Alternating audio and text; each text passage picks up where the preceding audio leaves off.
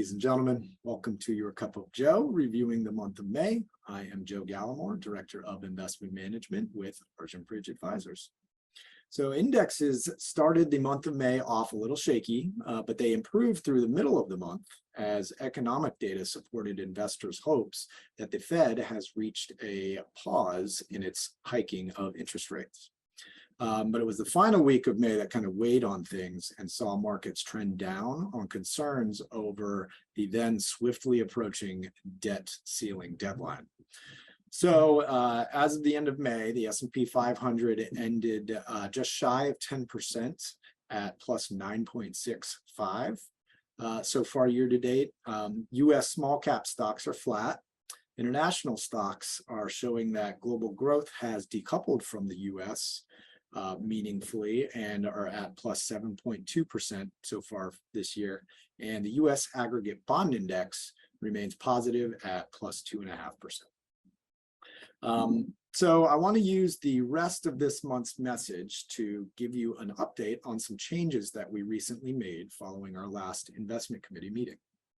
Our investment committee met a few weeks ago, and in the discussions, we spent some time acknowledging the risks that are facing this market. And we talked about some of the most probable outcomes or range of outcomes for the stock market for the remainder of 2023 and even beyond that. And the primary risks that we discussed were there seems to be a consensus opinion among strategists and economists that there's an impending economic slowdown. And with that impending slowdown comes an increased risk of recession in the US. And also the second risk we discussed is the one we've all been hearing lots about, is the uncertainty around the debt ceiling and the deadline and the potential stock market volatility that could play out if no legislation is passed regarding this debt deadline. This is something we discussed and explained in last month's Cup of Joe. We walked through a few of those scenarios. So in weighing the potential outcomes associated with these factors, the investment committee decided that it was prudent to go ahead and hedge some of the risk in our model portfolios. So what we did is we took some of the allocation in the stock portion of each model and we put it into a fund which tracks the S&P 500 index, but is designed to have significantly reduced downside if the market declines over the next 12 months. Now, utilizing this fund does compromise some upside if the S&P 500 were to perform well over the next year. But we all felt, after sharing lots of discussion, that it was more important to guard against the possibility of another bear market rather than try and eke out every positive percentage point of performance. Guard against the downside.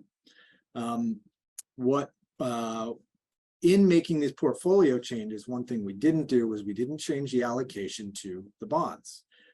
We expect the positioning of our bond funds and the fact that we're pretty much nearing the end of the rate hiking cycle to work well for all our clients and investors going forward.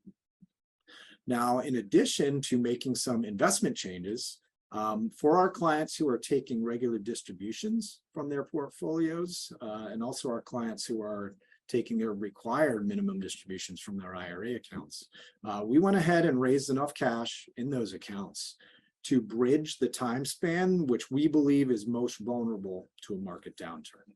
And that is now to basically about 18 to 24 months from now.